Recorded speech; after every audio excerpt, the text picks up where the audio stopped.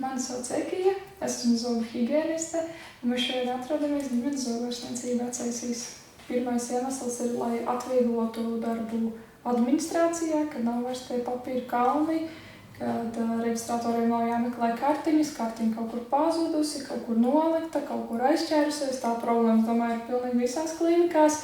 Plus noteikti mēs cenšamies būt moderni, sekot līdz 21. gadsimtam. Un noteikti tas darbs ar roku, kad vairs nav tā rakstīšana, ka mēs varam vienkārši ievadīt. Ir forši, ka tur var sagatavot sagatavas un tur tālāk rakstīt rēķinus. Un viss tās lietas ir nedaudz vienkāršāk organizēt, kontrolēt, skatīties. Manu ikdienu ļoti, jo es varu vairāk laika veltīt, kā saka, sev, jo man nav tik ļoti daudz jāstrādā ar to roku.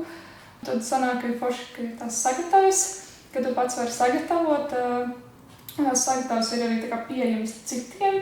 Piemēram, tā sagatava, ko ir sagatavojis cits higienists, arī es varu izmantot. Tev nav jātērēts milzīgais laiks atkal visu rakstīt vienu to pašu.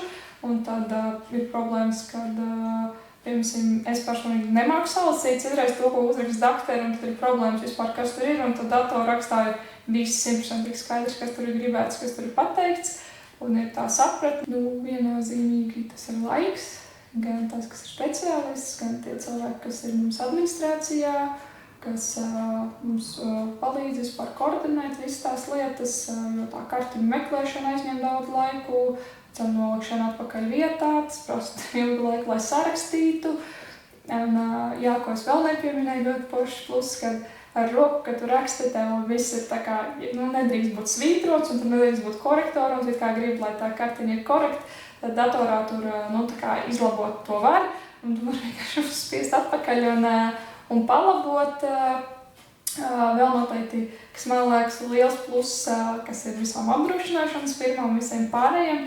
Visi tie dati ir precīzi, par apkaļējošu datumu neko ievadīt nevar, nav iespējas. Teikt, nebija nekādas pretenzijas, vismaz personīgi es nedzirdēju, jo visi jau ir par to, lai būtu vieglāk, lai būtu kaut ko ātrāk izdarīt un saprot, un ir viegli līdz ar to.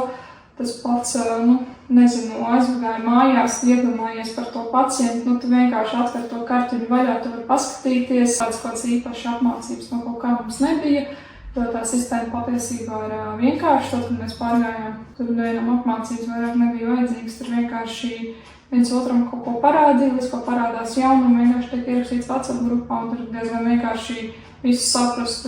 Es domāju, ka es teikšu, ka varbūt tāda liela attīstība, tur, var prognozēt vienkārši tas, ka tā darba organizācija daudz vienkāršāka, daudz sakārtotāka, tu vairs nebūsi vienkārši visu laiku tā reģistratūra noslogota, kā saka, ar tiem papīru darbiem.